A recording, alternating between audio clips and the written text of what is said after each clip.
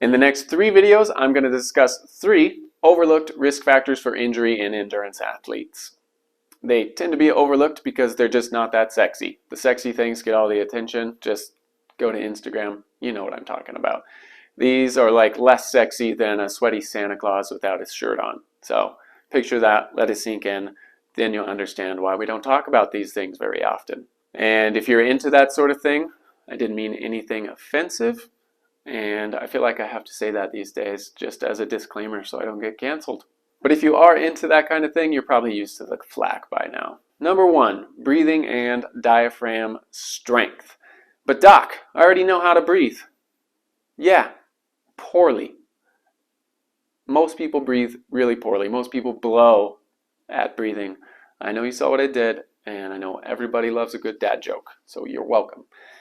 And on average, a person breathes 20,000 times per day. If you're doing that poorly, your diaphragm is going to be weak, which is going to lead a decrease in core stability, and we'll break this down further in another video. Number 2, proper recovery. We're going to do 2 parts here, one of them being protein intake and the other being sleep. As far as protein intake goes, we're going to talk about how much you should eat, when you should eat it. Does it really matter where your protein is coming from, as in animal-based sources of protein or plants? And second part of number 2 is sleep. That should be simple, but 50% of people are not getting enough sleep per night. So if you are getting less than 7 hours of sleep per night, you're one of them.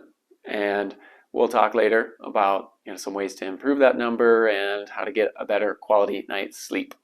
Number 3, neuromotor coordination. This is probably the most sexy topic of the 3, and it looks like exercise, it smells like exercise, but there's some specific things that we want to focus on here.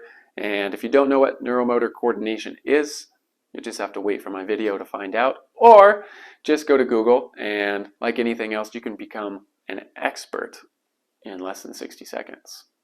And that's all for today. Tune in for the next videos and we can learn more about some of the most common overlooked risk factors for injury in endurance athletes.